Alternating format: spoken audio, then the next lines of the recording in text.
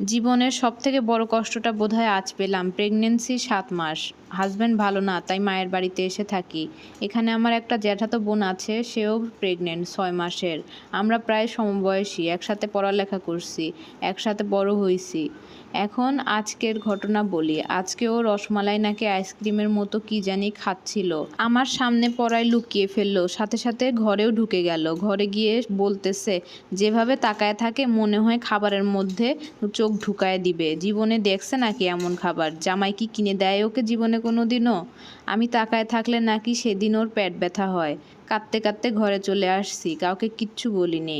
এই সময় ক্ষুধা লাগবে, এটাই স্বাভাবিক। ও তো প্রেগনেন্ট, ও তো বোঝেই। আমি ওদের ওখানে খাবার ইন্টেনশন নিয়ে যাইনি। আমি ওখানে গিয়েছি কিছু কাজ ছিল সেই জন্য, কিন্তু এতগুলো কথা শোনা লাগলো। ও নিজেও প্রেগনেন্ট।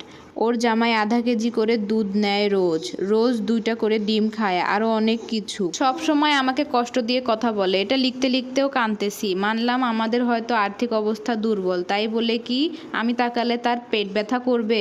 জানি না ভালো মন্দ কি হয়। আমার যাতে নর্মাল ডেলিভারি হয়, সবাই দোয়া করবেন। নর্মাল ডেলিভারি না হলে আবার স্বামীর বাড়ি থেকে সমস্যা করবে।